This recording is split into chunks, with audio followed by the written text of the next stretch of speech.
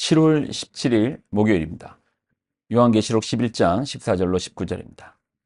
둘째 화는 지나갔으나 보라 셋째 화가 속히 이르는도다.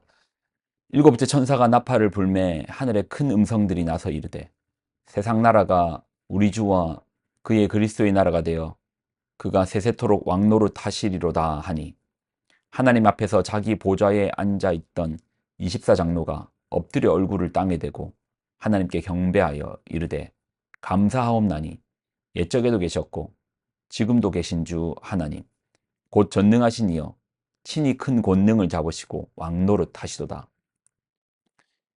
이방들이 분노하매 주의 진노가 내려 죽은 자를 심판하시며 종 선지자들과 성도들과 또 작은 자든지 큰 자든지 주의 이름을 경외하는 자들에게 상 주시며 또 땅을 망하게 하는 자들을 멸망시킬 때로소이다 하더라.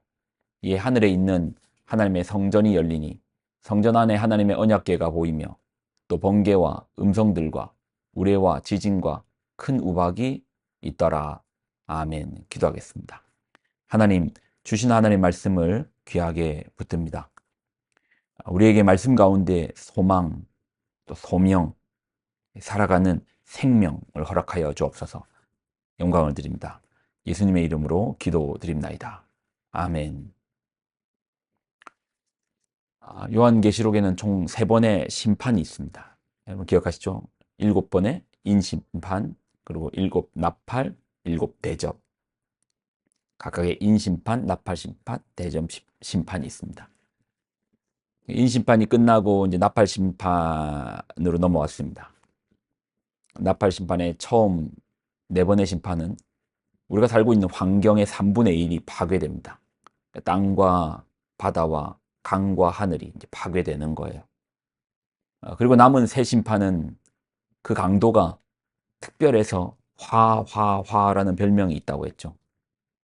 첫 번째 화는 황충, 두 번째 화는 세계적인 대전쟁입니다. 유브라데 전쟁, 대전쟁입니다. 이런 환란 가운데서 사람들은 회개하지 않는 거예요.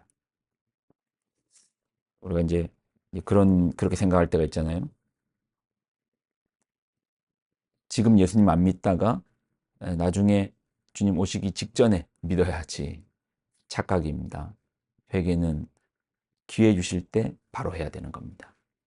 회개하지 않는 겁니다.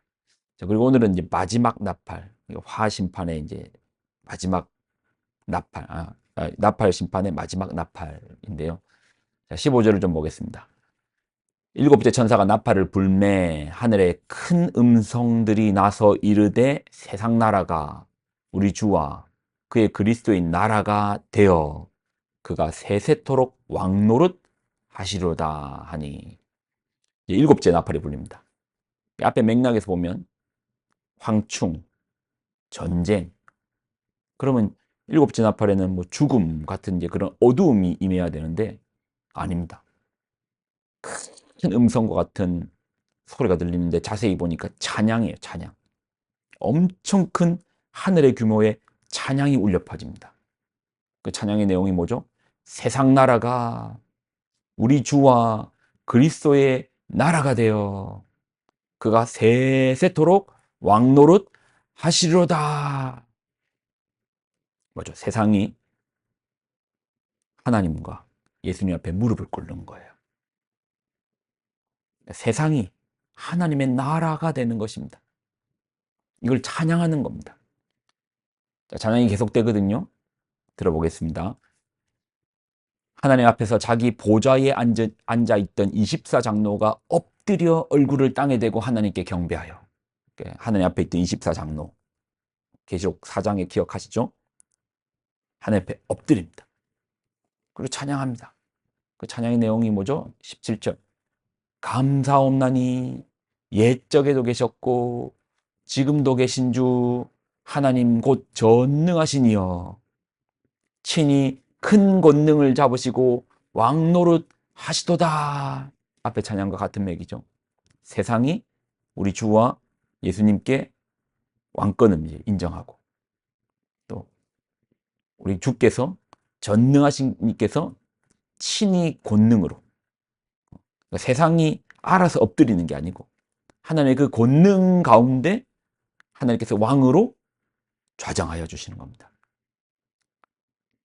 왕으로 오신 하나님께서 어떻게 하십니까? 18절 이방들이 분노함에 주의 진노가 내려 죽은 자를 심판하시며 하나님 왕노릇 하실 때 왕으로 좌정하실 때 심판하시는 거예요.